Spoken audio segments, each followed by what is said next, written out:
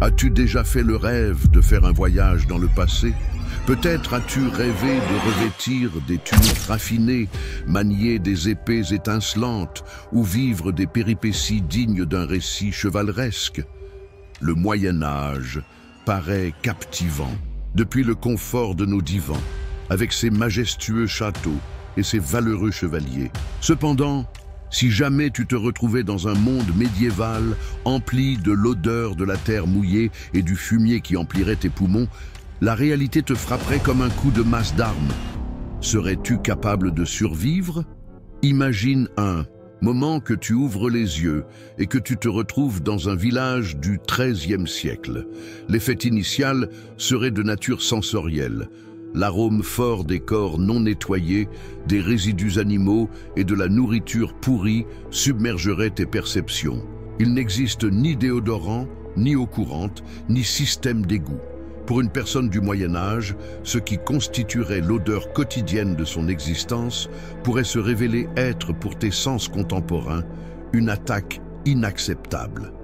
L'idéal, de la beauté des tapisseries et des enluminures de manuscrits, se heurte violemment à la réalité d'une vie où chaque journée est un combat pour survivre. Bien que nous soyons fascinés par les armures étincelantes et les ornements de la noblesse exposés dans les musées, nous négligeons de considérer qu'ils n'étaient que l'extrême sommet d'une pyramide sociale, où la plupart des gens survivaient avec le strict minimum. Pour 85% des gens, la journée débutait avant le lever du jour et finissait au crépuscule, avec de longues heures consacrées à un travail physique épuisant. Ces éléments qui pourraient apparaître séduisants, avoir la liberté de porter des armes, résider près de la nature ou célébrer de nombreuses fêtes religieuses, avaient cependant un coût terrible. Le droit de posséder une dague ne suffisait pas à compenser le manque d'analgésiques alors que la souffrance dentaire te minait depuis des semaines. Être proche de la nature impliquait aussi une vulnérabilité face aux prédateurs, aux conditions météorologiques extrêmes et aux récoltes échouées qui pouvaient mettre en péril des communautés complètes. Les histoires romantiques nous ont dépeint un Moyen-Âge peuplé de troubadours et de tournois, de nobles dames et de vaillants chevaliers. Cependant, elles ont astucieusement omis de mentionner les latrines surbondées, les vers intestinaux, l'absence d'antibiotiques pour lutter contre les infections et la pauvreté persistante. La réalité du Moyen-Âge n'était pas comme un film d'aventure. C'était une bataille quotidienne où même la plus petite blessure pouvait conduire à la mort. Pour un individu du XXIe siècle, dépourvu des aptitudes et des savoirs propres à cette époque, il ne serait pas simplement ardu, que ce serait quasiment infaisable de subsister plus de quelques semaines. La rencontre de Christophe Colomb avec les Taïnos en 1492 nous donne un aperçu tragique de ce que vous vivriez si vous faisiez un voyage au Moyen-Âge. En un peu plus de 60 ans, la population autochtone, qui comptait 60 000 individus, a chuté à moins de 500. Ce n'étaient ni les épées, ni les arquebuses qui ont causé la mort, mais plutôt quelque chose d'invisible et de fatal, les agents pathogènes contre lesquels les autochtones n'avaient aucune défense immunitaire. Ce même phénomène te serait défavorable si tu retournais plusieurs siècles en arrière dans le temps. Ton organisme contemporain, habitué à des milieux plutôt aseptisés et défendus par des vaccins et antibiotiques, se verrait brusquement transporté dans un univers où chaque inhalation pourrait constituer un danger fatal. Dans tes poumons, sur ta peau, dans ton tube digestif, tu héberges des micro-organismes du XXIe siècle qui, même s'ils ne te nuisent pas, pourraient causer des pandémies destructrices parmi la population du Moyen-Âge. Cependant, l'échange serait mutuel et dévastateur. Tu te retrouverais exposé à des souches anciennes de maladies pour lesquelles tu n'as aucune immunité. Un simple contact par la main avec une personne du Moyen-Âge pourrait te transmettre des agents pathogènes que ton système immunitaire n'a jamais eu à combattre. À cette époque, la tuberculose, qui était endémique, pourrait facilement infecter tes poumons. Le typhus, véhiculé par les poux présents sur les habits rarement lavés, provoquerait chez toi des éruptions cutanées douloureuses tout en te rongeant de fièvre. Et si par malheur tu te retrouvais en pleine épidémie de peste bubonique, tu serais témoin de la mort de la moitié de tes voisins pendant que les ganglions lymphatiques malades en toi gonfleraient jusqu'à rupture. Le plus effrayant serait de se sentir impuissant face à ces maladies. Sans antibiotiques, sans antiviraux et sans une connaissance fondamentale de la théorie microbienne, les traitements disponibles pourraient se révéler inutiles, voire contre-productifs. Les médecins, qui ont été formés aux doctrines humorales de Galien, tenteraient de restaurer votre équilibre en prélevant du sang de votre organisme déjà affaibli ou en recommandant des concoctions d'herbes qui, au mieux, ne feraient que soulager certains symptômes pendant que la maladie poursuivrait son cours naturel. Et si tu venais à survivre aux maladies aiguës, les affections chroniques finiraient par te rattraper. Une carie dentaire négligée pourrait causer des infections susceptibles de se diffuser jusqu'au cerveau. Les parasites intestinaux, que l'on retrouve chez quasiment tous les individus, siphonneront sans cesse tes nutriments. L'exposition prolongée aux métaux lourds présents dans les outils de la cuisine et les produits cosmétiques nuiraient progressivement à ton système nerveux. Dans le monde contemporain, ta durée de vie pourrait potentiellement excéder les 80 ans, mais elle serait considérablement réduite à 30 ou 35 ans si tu parvenais à survivre à la première vague d'infection. Imagine que tu te réveilles un jour médiéval avec une vive douleur dans le ventre. Dans le contexte du XXIe siècle, ce symptôme entraînerait une consultation médicale, possiblement une échographie et un diagnostic précis. Cependant, durant le Moyen Âge, ton sort dépendrait d'un système médical basé sur des théories antiques de plus d'un millénaire, pratiquement dépourvues de fondements scientifiques contemporains. L'effet de choc culturel commencerait dès que le barbier chirurgien du coin ferait son entrée dans ta chambre, armé de ses outils rouillés et de ses mains non nettoyées. La médecine du Moyen Âge s'appuyait essentiellement sur la théorie des 4 humeurs héritées de Galien: le sang, le flegme, la bile jaune et la bile noire. Toute pathologie était perçue comme une perturbation entre ces composantes. Votre douleur abdominale, il s'agit probablement d'un surplus sanguin qui doit être évacué. Le traitement envisagé impliquerait l'utilisation de saignées via des sangsues ou par des coupures directes, ce qui affaiblirait davantage ton corps, alors qu'il avait le plus besoin de vigueur pour lutter contre l'infection. Les traitements du Moyen Âge variaient entre l'étrange et le périlleux. Pour soigner ton mal de tête, il pourrait te recommander d'utiliser de la momie égyptienne en poudre mélangée à du vin. En cas d'anémie, ils avaient la possibilité d'ajouter du fer incandescent à ta boisson pour la rendre plus forte. L'usage de cataplasmes constitués d'excréments animaux était fréquent sur les blessures non cicatrisées, introduisant davantage de bactéries dans des systèmes déjà fragilisés. Chacun de ces traitements n'était pas simplement inefficace, mais aussi potentiellement mortel. Ce qui est le plus étonnant, c'est que malgré ces pratiques risquées, il y avait une connaissance herboriste remarquablement efficace qui cohabitait. Les monastères possédaient des jardins médicinaux dans lesquels ils faisaient pousser des plantes dotées de vertus curatives authentiques. La réglisse est utilisée pour traiter la toux, la menthe pour les troubles digestifs et l'écorce de saule, qui est à l'origine de l'aspirine, pour soulager la douleur. Ce savoir, transmis de bouche à oreille au fil des générations, constituait la meilleure chance d'atténuer les souffrances, même s'il guérissait rarement les affections sévères. Lorsque la chirurgie était indispensable, elle s'effectuait sans anesthésie adéquate et sans connaissance de l'asepsie. Un chirurgien pouvait retirer un membre gangrené en un temps record de moins de 2 minutes, une aptitude primordiale lorsque le patient restait totalement lucide tout au long de l'intervention. Cependant, il cautériserait la plaie avec du fer incandescent ou la enduirait d'huile en ébullition, infligeant ainsi un traumatisme supplémentaire considérable.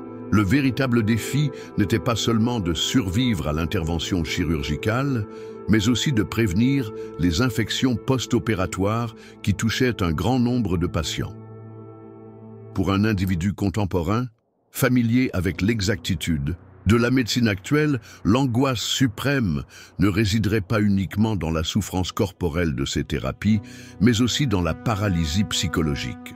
Décrire des notions fondamentales telles que les micro-organismes ou l'importance du lavage des mains pourrait te classer comme hérétique, voire au mieux comme un individu excentrique dont les idées sont trop insolites pour être considérées sérieusement.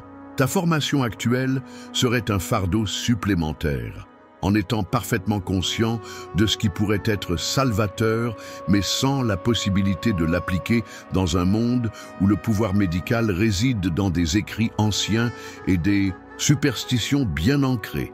Le rude lever du jour médiéval de ta première journée te dévoilera une réalité inéluctable. Presque tout ce que tu as appris pendant des décennies d'éducation moderne est presque sans valeur dans cette nouvelle dimension. Qu'importe si l'on est ingénieur, médecin, avocat ou spécialiste en marketing numérique. Aucun de ces métiers n'a de comparables pratiques dans la société du Moyen-Âge. Ta valeur n'est pas définie par tes diplômes universitaires, mais plutôt par ta capacité à cultiver la terre, créer des instruments ou produire de la nourriture. Considère un instant les compétences de tous les jours que tu considères comme acquises. Saurais-tu comment faire un feu sans utiliser d'allumettes ou de briquets? Peux-tu déterminer quelles plantes sauvages sont comestibles et lesquelles sont toxiques? As-tu une solution sur la manière de concevoir un toit qui reste intact même au premier flocon de neige, ou comment préserver de la viande sans frigo? La société médiévale exigeait une autosuffisance qui semble étrangement décalée pour un individu du XXIe siècle, habitué à l'hyperspécialisation et à la dépendance vis-à-vis de systèmes sophistiqués. Même des tâches qui semblent simples deviendraient pour elles des défis infranchissables. Imaginez tenter de confectionner vos propres habits sans disposer d'aiguilles en métal préfabriquées, de tissus déjà fabriqués ou de fils artificiels. Chaque pièce de vêtement serait le fruit de plusieurs semaines d'efforts, allant du filage de la laine ou du lin à la coloration, à l'aide de pigments naturels, sans oublier le tissage réalisé sur des métiers à tisser artisanaux. Une simple chemise que tu pourrais acquérir aujourd'hui pour quelques euros pourrait représenter l'ensemble d'un projet saisonnier. La connaissance pratique viendrait supplanter la connaissance théorique en tant que valeur d'échange social. Un artisan capable de réaliser une roue opérationnelle ou une charrue performante aurait plus d'importance que n'importe quel penseur. Un forgeron capable de créer des outils résistants serait vénéré comme un artiste et un savant. Les femmes qui avaient une connaissance approfondie des accouchements, des plantes médicinales ou de la préservation des aliments détenaient un pouvoir discret mais crucial. Avec tes compétences actuelles en physique quantique ou en analyse financière, tu ne serais au fond qu'une bouche inutile à alimenter. Ce qui pourrait être le plus frustrant, c'est de tenter de partager tes connaissances actuelles. Imaginez devoir expliquer la théorie des germes à des gens qui sont convaincus que les maladies sont le résultat de châtiments divins ou d'un déséquilibre des humeurs. Tes tentatives d'introduire des notions d'hygiène ou de nutrition pourraient susciter des moqueries, voire des accusations de sorcellerie. L'époque médiévale regorgeait d'intelligence. De nombreux habitants brillaient dans leur propre contexte de compréhension. Mais l'écart entre leur paradigme explicatif et les vôtres rendrait la communication pratiquement insurmontable. Dans une ironie du sort, les gens du Moyen-Âge pourraient te percevoir comme un inculte, compte tenu de ton incapacité à exécuter les tâches élémentaires de survie. Tout comme nous pourrions aujourd'hui évaluer quelqu'un qui ne sait pas manipuler un smartphone. Si tu étais propulsé au Moyen-Âge, les chances seraient cruellement défavorables. 85% des gens faisaient partie de la classe paysanne. Tu ne serais pas un chevalier à dos de cheval blanc, ni un noble donnant des commandements depuis son château. Tu serais un agriculteur dévoué à la terre, avec les mains abîmées par le labeur incessant et le dos constamment voûté en raison de nombreuses années passées à travailler les champs de ton Seigneur avant les tiens propres. La mobilité sociale que nous considérons comme acquise dans le monde contemporain n'était tout simplement pas présente. Si tu venais au monde en tant que paysan, tu quitterais ce monde en tant que paysan. Si tu venais au monde en tant que fils de forgeron, tu serais destiné à suivre les traces de ton père dans son métier. Ce déterminisme social n'était pas uniquement une question de perspective restreinte comme on pourrait le percevoir aujourd'hui. C'était un cadre philosophique et théologique complet où chaque individu occupait un rôle attribué par la volonté divine. Contester ta position n'était pas seulement difficile, mais aussi considéré comme un blasphème. Le système féodal opérait en tant que maillage complexe de devoirs réciproques. En contrepartie d'une assistance militaire, tu remettrais près d'un tiers de ta moisson au seigneur du coin. Tu verserais la dîme à l'église, tu paierais des taxes au roi. Et néanmoins, il ne te resterait guère assez pour subvenir aux besoins de ta famille durant l'hiver. Dans les années de récolte insuffisante, tu mettrais de côté ta propre nourriture pour honorer tes devoirs féodaux, limitant tes repas à un par jour, constitués principalement de pain noir et de bouillie d'avoine. En tant qu'individu contemporain, ce qui t'étonnerait le plus serait l'absence du concept d'individualité tel que nous la concevons. L'idée romantique de l'homme autonome ou du rêve d'accomplissement personnel n'était pas présente. Ton identité serait totalement imbriquée avec ta communauté, ta famille et ton statut social. On ne te désignerait pas comme Juan, l'entrepreneur avec des aspirations de voyage, mais simplement comme Juan, fils de Pedro, originaire du village de Villa Mediana. On ne mesurerait pas ta valeur à tes accomplissements individuels, mais à ta faculté de préserver l'ordre social existant.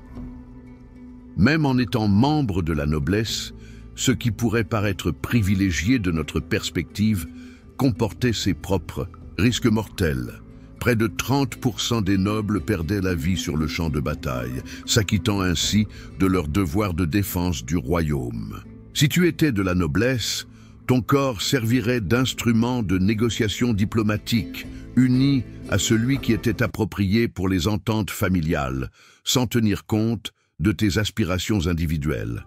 Le pouvoir s'accompagnait de responsabilités qui différaient totalement des privilèges que nous envisageons actuellement. Le concept de liberté individuelle, d'une valeur inestimable dans notre société, serait un privilège inaccessible dans un monde où la survie collective serait conditionnée par le strict respect du rôle attribué à chaque individu. La première confrontation à la violence médiévale te paralyserait. Il ne s'agirait pas de la violence esthétisée des films ou des émissions télévisées, mais de quelque chose d'éminemment tangible, de brutal et de banalisé. Dans une société où presque tous les hommes étaient constamment armés, allant de simples poignards aux épées pleines en fonction de leur rang, les querelles pouvaient se transformer en tragédies mortelles en l'espace de quelques secondes.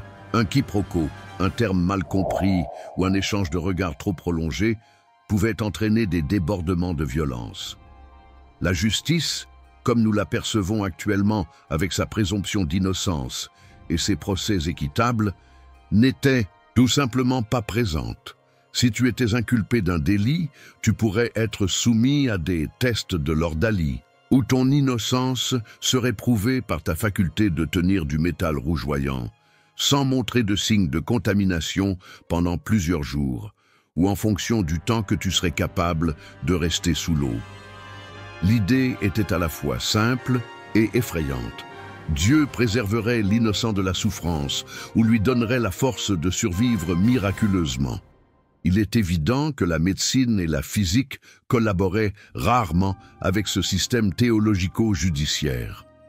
Les exécutions publiques ne servaient pas uniquement de moyens de châtiment, mais constituaient aussi des spectacles instructifs et divertissants. Des familles complètes, y compris des enfants, assistaient à des pendaisons, décapitations ou exécutions par le feu comme s'il s'agissait d'événements sociaux. Elles apportaient de la nourriture et passaient la journée à contempler l'exercice de la justice. L'objectif n'était pas uniquement de se débarrasser du délinquant, mais également de faire passer un message fort sur l'importance de l'autorité. Ton éducation contemporaine te placerait en décalage dans ce contexte, où ton aversion pour de telles coutumes serait perçue comme une fragilité ou une sympathie douteuse envers le criminel. L'usage légitime de la violence par des figures d'autorité à l'encontre de leurs subalternes était perçu non seulement comme normal, mais également comme moralement acceptable. Un père battait son enfant, un maître maltraitait son apprenti, un noble fouettait son serf, et un époux exerçait une violence physique sur sa femme dans le cadre de sa responsabilité morale de correction. Le concept selon lequel chaque individu détient des droits inaliénables qui ne peuvent être transgressés, principe fondamental de nos systèmes juridiques contemporains, serait totalement étranger à la réflexion médiévale. Ce qui serait le plus déconcertant, c'est de comprendre qu'au Moyen Âge, il n'existait pas de distinction entre la loi, l'éthique et la foi. Le droit n'avait pas pour priorité de sauvegarder les droits individuels ou la propriété personnelle, mais de préserver l'ordre divin sur terre.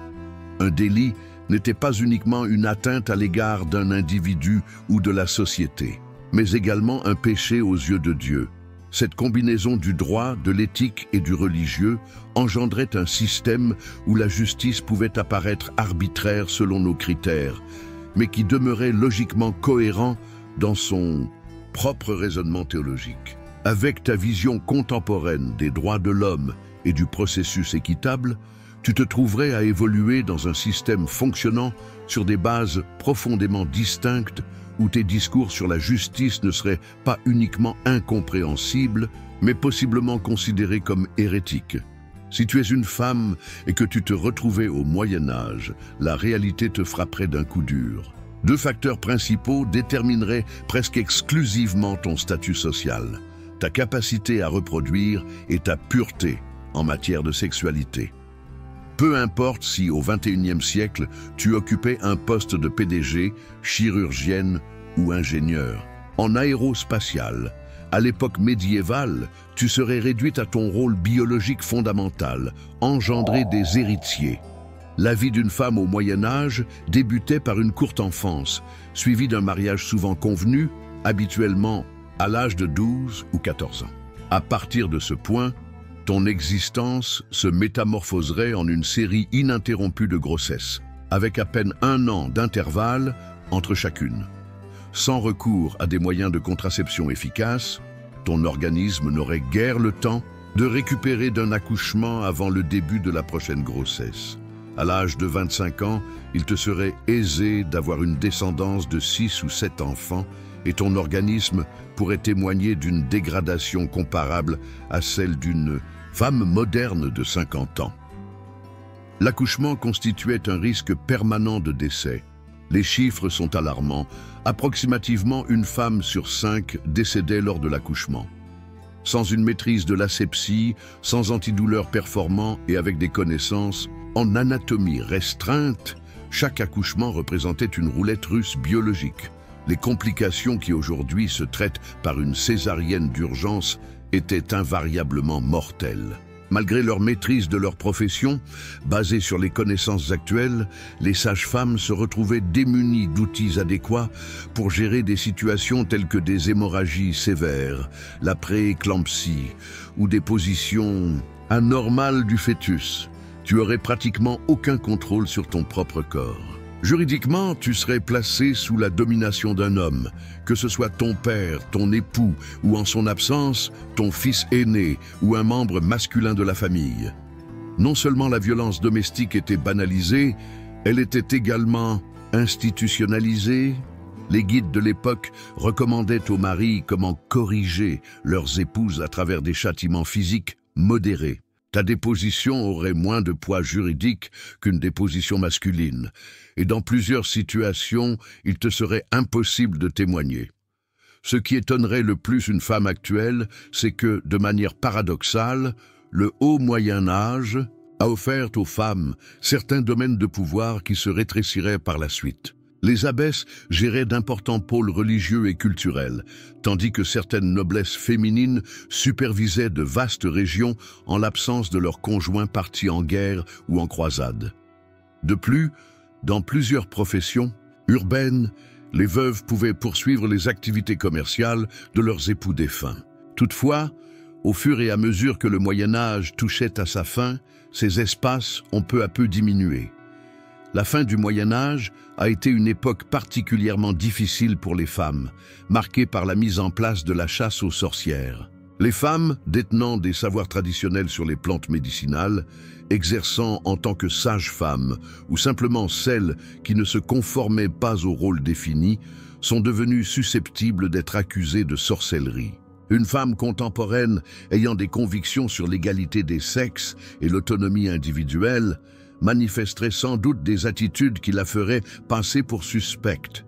S'exprimer avec assurance, défier les directives masculines ou simplement afficher un trop grand savoir dans des domaines jugés non appropriés à son sexe. Ces transgressions pourraient avoir pour prix la torture et le bûcher.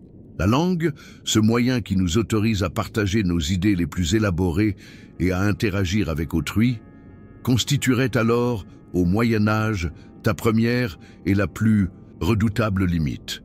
Imaginez-vous vous réveiller dans un univers où personne ne saisit un seul mot de votre discours et vous êtes dans l'incapacité de comprendre ce qu'on vous rapporte. Il ne s'agit pas seulement qu'ils parlent une autre langue. Ils utilisent des formes si anciennes et distinctes des langues modernes qu'elles seraient presque indiscernables, même pour les natifs d'aujourd'hui. Si tu étais projeté dans l'Espagne du Moyen-Âge, tu ne percevrais pas l'espagnol actuel, mais plutôt un mélange de langues romanes en évolution. Le vieil espagnol, le galéco-portugais, le catalan ancien, sans compter l'arabe et l'hébreu, dans les régions sous domination musulmane ou ayant une présence juive séfarade. Le savoir, en espagnol que tu as acquis à l'école, serait tout aussi bénéfique que de maîtriser l'italien pour la communication en Roumanie. Les voyelles pourraient avoir une prononciation différente, les consonnes auraient des valeurs phonétiques modifiées et le lexique serait rempli de mots obsolètes datant de plusieurs siècles. La fragmentation linguistique réelle pourrait te surprendre. Les langues nationales, uniformisées que nous avons aujourd'hui, n'étaient pas en vigueur à l'époque. Chaque vallée, chaque zone, chaque cité majeure possédait son propre patois, parfois si distinct du langage des zones voisines que deux hameaux distants de juste 50 km pouvaient éprouver des complications à se comprendre l'un l'autre. Cette variété de dialectes impliquait que même si tu réussissais à maîtriser le langage local d'une région, un simple voyage à quelques kilomètres te ferait retrouver ton statut d'étranger linguistique. Il est vrai que les langues véhiculaires existaient, mais elles étaient destinées à des objectifs et à des groupes spécifiques. Le latin servait de langue pour l'Église, l'administration et le monde académique, mais il était surtout écrit plutôt que parlé au quotidien. Sa maîtrise se limitait à une élite instruite qui ne représentait pas plus de 5% de la population. Si tu n'avais pas de compétences en latin médiéval, qui diffère considérablement du latin classique que tu as probablement étudié au lycée, tu serais inéligible pour tout poste requérant une alphabétisation. Le plus frustrant serait de ne pas pouvoir exprimer les concepts modernes fondamentaux. Comment décrirais-tu un micro-organisme en utilisant une langue qui n'a pas accès à un vocabulaire scientifique contemporain? Comment expliquerais-tu la démocratie représentative à des individus dont le vocabulaire politique se réduit à des expressions féodales? Chaque essai de communication se murait en un exercice de simplification radicale et d'improvisation langagière. Tu serais limité à désigner des objets et à communiquer par gestes, tel un enfant commençant tout juste à s'exprimer, tout en essayant de comprendre une langue dépourvue de dictionnaire ou d'approche pédagogique formelle. Ce obstacle linguistique ne serait pas seulement une contrainte pratique, il constituerait un fossé entre ton identité contemporaine et l'univers du Moyen Âge. sans la possibilité de dévoiler tes idées complexes, tes savoirs, tes principes ou même ton humour. Tu traverserais une grave crise identitaire. La profondeur de ton univers intérieur deviendrait incommunicable, et avec cela, une portion essentielle de ta personne demeurerait prisonnière en toi, invisible et non comprise par ceux qui te côtoient. Tu ne te sentirais jamais plus isolé que lorsque, malgré la présence de nombreuses personnes autour de toi, tu constates que tu n'arrives pas véritablement à exprimer ta personnalité par le biais des mots. L'obscurcissement prématuré du ciel en plein après-midi, le souffle mordant du vent qui s'engouffre à travers chaque interstice de ton habitation fragile, et la panique effroyable que les granges sont presque vides alors qu'il reste encore 3 mois d'hiver. C'était le paysage ordinaire durant ce qu'on appelle le petit âge glaciaire, qui a touché l'Europe à partir du XIVe siècle, période qui est considérée comme l'une des plus sévères en termes de climat pendant le Moyen Âge. Pour quelqu'un comme toi, qui est habitué au thermostat, aux vestes synthétiques et aux supermarchés fournis tout au long de l'année, affronter les puissances intransigeantes de la nature pourrait être dévastateur. Au Moyen Âge, les conditions météorologiques ne se limitaient pas à être un sujet de discussion. Elles représentaient une question vitale. Les dossiers historiques indiquent qu'entre 1315 et 1322, une série de pluies interminables a constamment submergé les terres agricoles en Europe. La conséquence directe fut la grande famine, lorsque les plantations pourrirent sous l'eau, et la boue, provoquant la mort par famine de millions d'individus. Imaginez observer vos voisins s'éteindre progressivement, leur ventre paradoxalement plein de malnutrition, alors que les plus démunis se mettaient à consommer des écorces d'arbres, des herbes sauvages, ou, dans certains cas extrêmes déjà documentés, à pratiquer le cannibalisme. La faim, à l'époque médiévale, était distincte de toute sensation de désir alimentaire que tu as pu ressentir. Nous ne faisons pas référence au simple malaise de sauter un repas, mais plutôt à une carence systématique qui épuise d'abord les réserves de graisse corporelle, ensuite la masse musculaire et finalement s'en prend aux organes internes. Dans les zones urbaines, lors des périodes de famine, le coût de la nourriture grimpait de 300%, rendant même le pain quotidien inabordable pour les artisans qualifiés. À la campagne, les agriculteurs étaient confrontés à l'horrible choix de consommer les graines destinées à la prochaine récolte, s'exposant ainsi à une famine encore plus sévère l'année suivante. Le froid constituait une menace tout aussi létale que la famine. Sans système de chauffage central, doté d'habitations édifiées avec des méthodes d'isolation élémentaires et avec un combustible peu courant, l'hypothermie emportait discrètement des vies chaque hiver. Les individus avaient l'habitude de se coucher en vêtements, souvent à plusieurs dans le même lit afin de faire face au froid. Les individus âgés et les enfants, qui sont particulièrement vulnérables, ne se réveillaient tout simplement pas suite à des nuits qui étaient particulièrement froides. Ton organisme contemporain, habitué à des conditions de température stable entre 18 et 25 degrés, éprouverait des difficultés spécifiques face à ces extrêmes climatiques pour lesquels il n'est pas physiologiquement équipé. Ce qui serait le plus effrayant, c'est l'impossibilité totale de prévoir ou d'atténuer ces situations. Sans l'appui de la météorologie scientifique, les gens au Moyen Âge se fiaient aux signes naturels, aux coutumes et aux superstitions pour prévoir la météo. Une gelée tardive imprévue pourrait anéantir des mois d'efforts dans les champs en une nuit. Non seulement la famine, mais aussi des disputes pour les ressources en eau de plus en plus rares étaient les conséquences d'une sécheresse prolongée. Tout cela n'était pas perçu comme des événements naturels, mais plutôt comme des sanctions divines infligées pour des péchés collectifs ou individuels, ajoutant la culpabilité théologique à la douleur physique. L'association de la malnutrition persistante et de l'exposition constante à des facteurs extrêmes affaiblirait graduellement ton système immunitaire, te mettant en danger face à diverses pathologies endémiques de cette période. Bien que tu puisses survivre à la famine initiale, les conséquences durables de la malnutrition, dégradation dentaire, rachitisme, cécité nocturne causée par un manque de vitamine A, te laisserait irrémédiablement affecté et moins apte à gérer le prochain cycle de pénurie. Pour la majorité des gens au Moyen Âge, c'était une réalité de tous les jours. Il ne s'agissait pas d'une crise sporadique, mais d'un état constant d'insécurité alimentaire où chaque moisson faisait la différence entre la subsistance et l'anéantissement complet de communautés entières. Le parfum du poulet rôti, issu de la cuisine contemporaine, est une expérience totalement différente de celle que vous vivriez au Moyen Âge.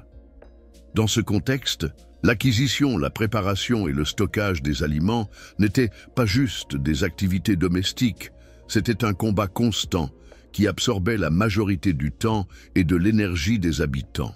Chaque bouchée que tu prendrais aurait exigé des heures de travail artisanal, de savoir spécialisé transmis d'une génération à l'autre, et de méthodes de conservation qui, selon les standards contemporains, te laisseraient constamment sur le point de subir une intoxication alimentaire. La première chose qui te sauterait aux yeux serait la monotonie de l'alimentation. Ne te préoccupe pas de la variété alimentaire à laquelle tu es accoutumé. Pour un agriculteur du Moyen Âge, près de 80% de son apport calorique provenait des céréales, principalement sous la forme de pain à base de seigle ou d'orge, beaucoup plus sombre et compact que le pain complet moderne. Ce régime alimentaire était enrichi de légumineuses et, de temps à autre, de légumes de saison issus de petits jardins potagers.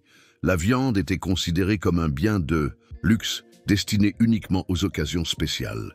Un agriculteur moyen en consommait peut-être 10 à 15 fois par an, et il s'agissait généralement de morceaux moins prisés tels que les viscères ou les extrémités d'animaux âgés qui n'étaient plus utiles pour le travail. La chasse, qui pourrait apparaître comme une option simple pour se procurer des protéines supplémentaires, était formellement défendue aux agriculteurs. Les forêts et leurs créatures étaient la propriété du seigneur féodal, et le braconnage était sanctionné par des châtiments sévères, allant de la mutilation à l'exécution par pendaison. Ressentir la frustration de coexister avec une abondance de cerfs, de sangliers et autres animaux dans les forêts environnantes, mais être contraint à consommer de la bouillie d'avoine jour après jour, alors que la table du seigneur déborde de gibier auquel tu n'as jamais accès. Le processus de conservation des aliments pourrait s'avérer particulièrement ardu pour un palais contemporain. En l'absence de réfrigération, les méthodes existantes, salaison, fumage, fermentation, séchage, modifiaient radicalement le goût et la consistance des aliments. La viande salée était si chargée en sel qu'elle devait être trempée pendant des heures avant de devenir propre à la consommation. Le poisson fumé ou fermenté produisait des saveurs puissantes que nous qualifierions de nos jours comme avariées. Pendant les longs hivers, la seule source de vitamine C provenait des légumes fermentés en fût, avec un goût acidulé totalement différent de celui des légumes frais que tu manges généralement. La préparation quotidienne des repas ne ferait également pas partie de tes expériences. La fabrication du pain consistait essentiellement en une série d'étapes, débutant par la semence du grain des mois précédents, suivie de la récolte manuelle, du battage destiné à séparer le grain de la paille, de la mouture, souvent réalisée, moyennant un impôt versé au seigneur pour avoir accès à son moulin, du mélange de la pâte et finalement de la cuisson dans des fours communautaires où il fallait attendre son tour avec les autres voisins. Pratiquement chaque aliment que tu consommerais était accompagné d'un processus de travail tout aussi intense. Ce qui pourrait le plus bouleverser votre sensibilité actuelle serait de confronter la réalité de l'origine de la viande. Si tu t'étais décidé à préparer du poulet pour le repas du soir, il te fallait attraper l'animal, lui trancher la gorge, le saigner, le plonger dans de l'eau chaude pour faciliter son plumage, puis procéder à son éviscération à la main. Tout, en étant assailli par l'odeur du sang et des viscères se répandant chez toi. Les emballages plastiques ne créent pas une distance émotionnelle entre la nourriture et sa provenance. La mort de l'animal et ton plat sont étroitement liés. Cette liaison directe avec les sources de ta nourriture, instinctive pour les gens du Moyen-Âge, pourrait être choquante pour beaucoup d'individus modernes habitués à la séparation entre les animaux en vie et la viande traitée et empaquetée. À présent, je vais poursuivre l'élaboration du texte en espagnol à partir du point 11, en construisant un récit captivant, centré sur la narration, qui préserve l'exactitude des informations, tout en restant accessible à tous les lecteurs. Imagine que tu as finalement réussi à te fixer dans un village à l'époque médiévale. Tu as, sans doute avec des défis, appris à cultiver certains aliments, et il se pourrait même que tu aies bâti une relation de confiance avec les résidents. Un jour, le noble féodal t'invite à partager son repas en remerciement de tes idées singulières, mais bénéfiques. Tu ressens de l'honneur en contemplant les superbes assiettes émaillées débordantes de viande fumée et de vin sucré. Ce que tu ignores, c'est que chaque bouchée pourrait te tuer progressivement. Les nobles du Moyen-Âge consommaient leur repas dans de la vaisselle ornée d'émaux riches en plomb. L'exposition prolongée de ces contenants aux aliments acides libérait une quantité importante de ce métal lourd. Le noble qui t'a convié a sans doute acquis une tolérance au fil des années d'exposition graduelle, mais pour toi, doté d'un système immunitaire contemporain dépourvu d'adaptation, l'empoisonnement au plomb pourrait provoquer de graves symptômes en un temps record. Entre-temps, vos voisins agriculteurs sont confrontés à un autre péril caché. Le pain de seigle, qui constituait l'alimentation principale pour les habitants des zones rurales, était souvent infecté par un parasite fongique connu sous le nom d'ergot. Ce champignon génère de l'ergotamine, un hallucinogène puissant, responsable de l'ergotisme, aussi appelé feu de Saint-Antoine. Les personnes touchées faisaient face à des hallucinations effrayantes, accompagnées d'une gangrène qui rendait leurs membres littéralement noirs et leur faisait se détacher du corps. Le plus effrayant de ces cas d'empoisonnement était l'impossibilité de déterminer la source. Imaginez être témoin de votre famille, souffrant de convulsions, de délires et de gangrène sans en saisir la raison. Il y avait des épidémies d'ergotisme si graves que des communautés complètes tombaient dans la folie en même temps. Ce qui a contribué à des événements historiques comme l'hystérie collective associée par la suite à des accusations de sorcellerie. Un simple morceau de pain, élément essentiel de l'alimentation, pouvait devenir un verdict de mort ou de folie. Pour les gens du Moyen Âge, ces périls constituaient une réalité qu'ils ne parvenaient pas à comprendre. Le lien entre la vaisselle aristocratique et leurs curieuses affections, ou entre le pain de seigle rassis et les vagues de démence, demeurerait voilé pendant des siècles. En tant que voyageur temporel doté de connaissances actuelles, tu pourrais repérer ces dangers, mais comment les décrire sans être considéré comme un hérétique ou un fou? Et surtout, comment les éviter quand ils sont au cœur de l'alimentation quotidienne? As-tu détecté cette fragrance envahissante flottant dans l'air depuis ton arrivée au Moyen-Âge? Ce n'est pas uniquement le fruit de ton imagination.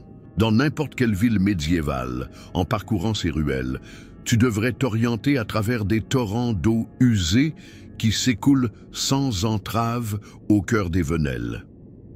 Les ordures humaines et animales s'amassent à chaque intersection, alors que les résidents déversent leur peau de chambre par la fenêtre en hurlant « à l'eau !» qui te laisserait à peine quelques secondes pour te retirer. L'idée d'hygiène individuelle, comme on l'entend aujourd'hui, n'est tout simplement pas présente. Le bain intégral est un événement inhabituel, quelque chose que la majorité des personnes ne connaîtraient probablement qu'à quelques reprises et par an, généralement pendant les célébrations majeures. Bien qu'il ait régné après le Moyen-Âge, le roi Louis XIV de France aurait seulement pris 3 bains durant toute son existence. Visualise donc la condition d'un agriculteur à l'époque médiévale, ta peau pourrait commencer à être affectée par différents types d'infections, de champignons et de parasites. Les poux seraient des occupants constants, se logeant dans ta chevelure et tes habits, alors que les puces se déplacent sans restriction entre les personnes et les animaux vivant ensemble dans des espaces confinés. Lorsque présentes, les latrines sont souvent des fosses communes qui polluent régulièrement les puits d'eau à proximité. Dans de nombreuses habitations rurales, les animaux cohabitent avec les humains, contribuant ainsi à un mélange peu salubre de leurs excréments et de l'espace de vie. Cette proximité étroite entre les êtres humains et les animaux de compagnie constitue un cadre idéal pour la propagation des maladies zoonotiques, ces infections qui se transmettent des animaux aux personnes. Si tu parvenais à traverser des pandémies majeures comme la peste noire, ce seraient ces conditions de vie de tous les jours qui altéreraient lentement ta santé. Dans ce milieu, une petite plaie peut vite s'infecter, et en l'absence d'antibiotiques, même une simple coupure risque de provoquer une septicémie et un décès. Les parasites intestinaux seraient une affection quasi omniprésente, sapant même la force des plus robustes en dérobant les nutriments vitaux d'une alimentation déjà carencée. Tenter d'implémenter des pratiques d'hygiène actuelles serait confronté à des barrières culturelles infranchissables. Il était perçu comme risqué de se baigner souvent, car on pensait que cela ouvrait les pores et favorisait l'inhalation de miasmes ou d'air pestilentiel responsables de diverses maladies.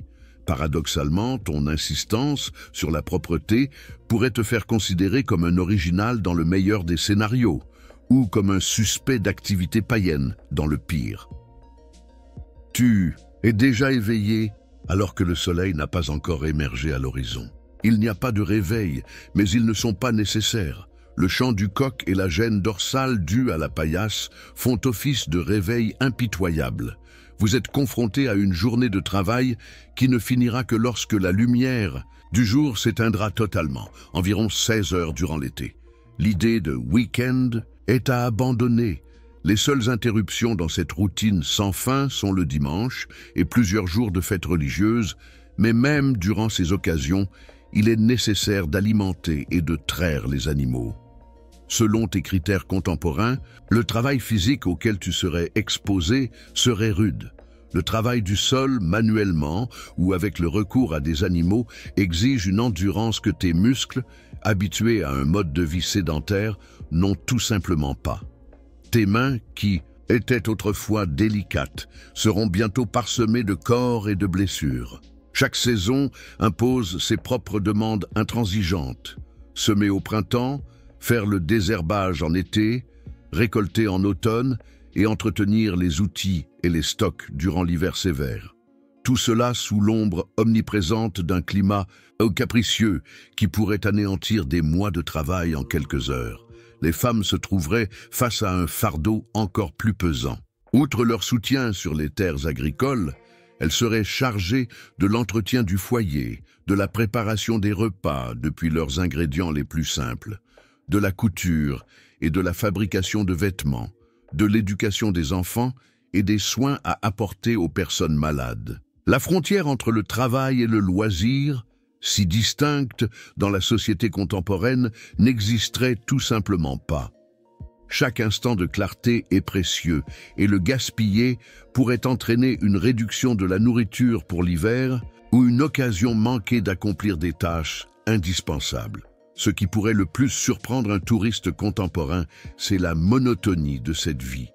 La plupart des individus au Moyen Âge naissaient, passaient leur vie et décédaient dans le même village, vraisemblablement sans jamais s'écarter de plus de 30 km de l'endroit où ils étaient nés. Les diverses expériences que tu considères comme normales, voyager, découvrir différents métiers, côtoyer des individus de diverses cultures, seraient totalement inconnus à l'existence du Moyen Âge.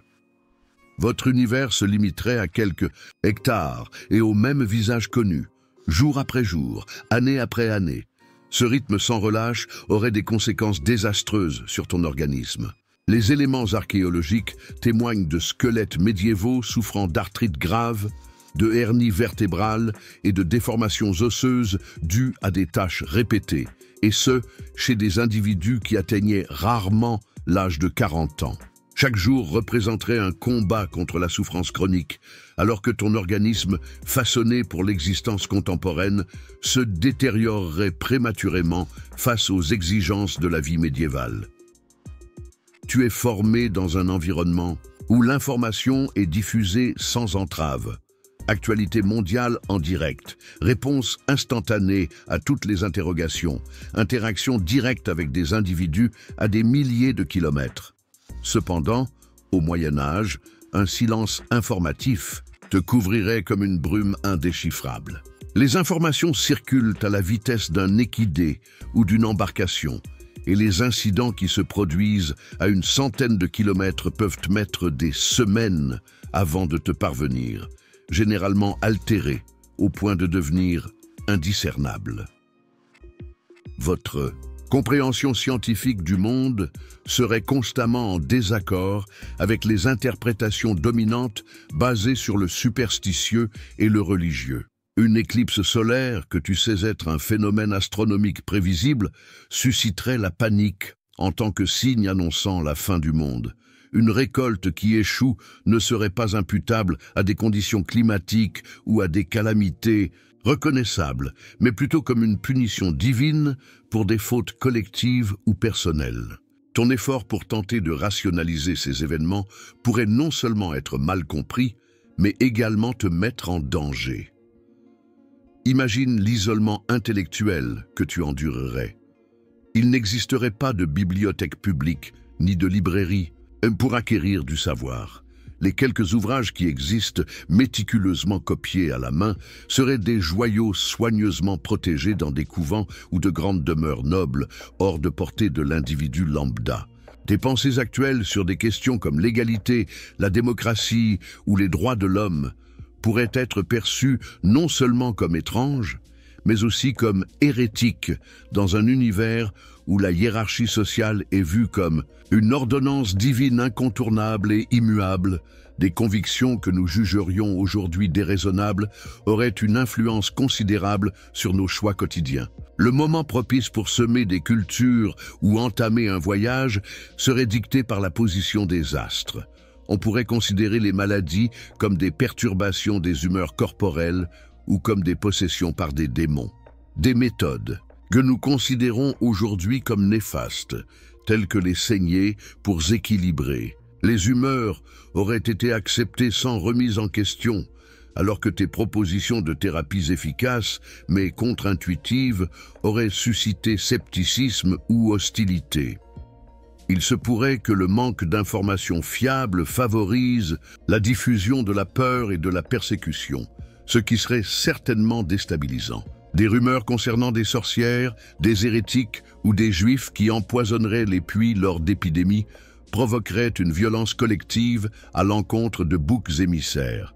Votre vision contemporaine vous donnerait la capacité de percevoir l'absurdité de ces réactions. Cependant, vous ne seriez pas en mesure de les stopper et vous risqueriez même d'être visé si vos contestations ou votre conduite bizarre suscitent des soupçons. Les contes d'amour du Moyen-Âge, que tu as découverts en livres ou en films, sont loin de refléter fidèlement la réalité. Au lieu d'être une union fondée sur l'amour romantique, le mariage servait principalement de contrat économique et social. Même dans le milieu paysan où les grandes propriétés n'étaient pas en cause, la sélection du partenaire se faisait davantage sur des critères pratiques que sur des sentiments. Cette femme est-elle capable de travailler dur? Cet homme possède-t-il des compétences et des outils pertinents? Ces questions avaient plus de poids que toute considération de compatibilité individuelle. Dans la famille médiévale, les rôles seraient strictement déterminés par le sexe et l'âge, avec des hiérarchies indiscutables. Le père détenait un contrôle quasi total sur son foyer, soutenu tant par des conventions sociales que par des normes juridiques. Les femmes en mariage voyaient presque disparaître leur indépendance légale, nécessitant le consentement de leur époux pour toute opération d'importance. Plutôt que d'être perçus comme des individus innocents à protéger, les enfants étaient considérés comme de jeunes adultes imparfaits qui devaient apporter leur aide au soutien familial dès qu'ils en avaient la capacité physique. La vie privée, ce principe tant prisé dans notre société contemporaine, semblerait être quasi absente. Les habitations au Moyen Âge étaient généralement composées d'une seule salle où l'ensemble de la famille dormait, se nourrissait et vivait en commun, partageant fréquemment l'espace avec des animaux domestiques durant la saison hivernale. Dans le meilleur des scénarios, les instants privés entre partenaires avaient lieu à quelques pas des enfants, des parents vieillissants ou des domestiques, la séparation étant assurée au mieux par un simple rideau. Ton désir d'intimité et de vie privée te donnerait constamment l'impression d'être exposé et inconfortable. L'expression d'émotions pourrait également suivre des trajectoires très différentes de celles que nous connaissons actuellement. Dans la société médiévale, l'introspection psychologique ou l'expression des émotions personnelles n'étaient pas valorisées de la même manière qu'elles le sont aujourd'hui. L'autodiscipline et l'acception stoïque de la souffrance étaient perçues comme des qualités supérieures, spécialement pour les hommes. Tes efforts pour parler de tes émotions ou obtenir un soutien affectif seraient reçus avec perplexité ou même dédain, intensifiant ton sentiment d'isolement. Il se pourrait que la dimension la plus pénible des liens familiaux soit l'incessante présence de la mort. La forte mortalité infantile faisait que la perte de plusieurs enfants était une expérience courante, pas inhabituelle. Chaque accouchement représentait un risque élevé de mortalité pour les mères. Les maladies étaient capables d'emporter des membres de la famille, quel que soit leur âge, en l'espace de quelques jours. Cette présence continue de la mort forgeait un genre de rapport affectif distinct, tout aussi intense, mais teinté d'anticipation du chagrin et d'obligation de persister en dépit de la souffrance. Ta perception contemporaine de la perte, dans un univers où le processus de deuil était relégué au second plan au profit de la survie immédiate, te rendrait émotionnellement exposé de façon que tes pères médiévaux auraient du mal à saisir. Suite à ce périple dans les dures vérités de la vie médiévale, une interrogation demeure. Un voyageur contemporain projeté à cette période aurait-il une véritable possibilité de survie? La réponse honnête serait que les chances seraient massivement contre toi, sans une résistance aux affections communes, sans aptitudes pratiques appropriées, avec des aspirations et des principes fondamentalement divergents, tu te heurterais à des défis qui paraîtraient infranchissables. Néanmoins, l'ingéniosité humaine demeure tout à fait impressionnante. Si tu parvenais à traverser le choc initial et les premières semaines cruciales, tu pourrais débuter ton processus d'adaptation.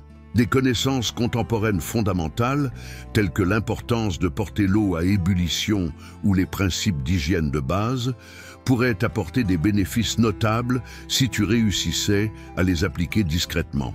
Ta capacité à lire et écrire, extrêmement rare parmi la population générale, pourrait te donner accès à des opportunités dans les sphères ecclésiastiques ou administratives. Peut-être que les monastères et les couvents pourraient être ta meilleure chance. Ces établissements servaient de pôles intellectuels durant cette période, des espaces où la curiosité et l'éducation, bien que contraints par des doctrines religieuses, étaient appréciés. Un monastère ne te donnerait pas seulement un abri physique, mais aussi un cadre où tes compétences en rédaction et en mathématiques seraient valorisées plutôt que mises en doute. La vie monastique, offrant une certaine structure et un abri contre les atrocités de l'époque, pourrait représenter ta bouée de sauvetage. Cependant, même dans l'hypothèse la plus favorable, tu devras t'adapter à une existence profondément différente de celle que tu as connue. Les avantages que tu considérais comme acquis, de l'électricité aux soins de santé contemporains, de la liberté individuelle à la diversité alimentaire, deviendraient des souvenirs douloureux d'un monde qui est désormais hors de portée.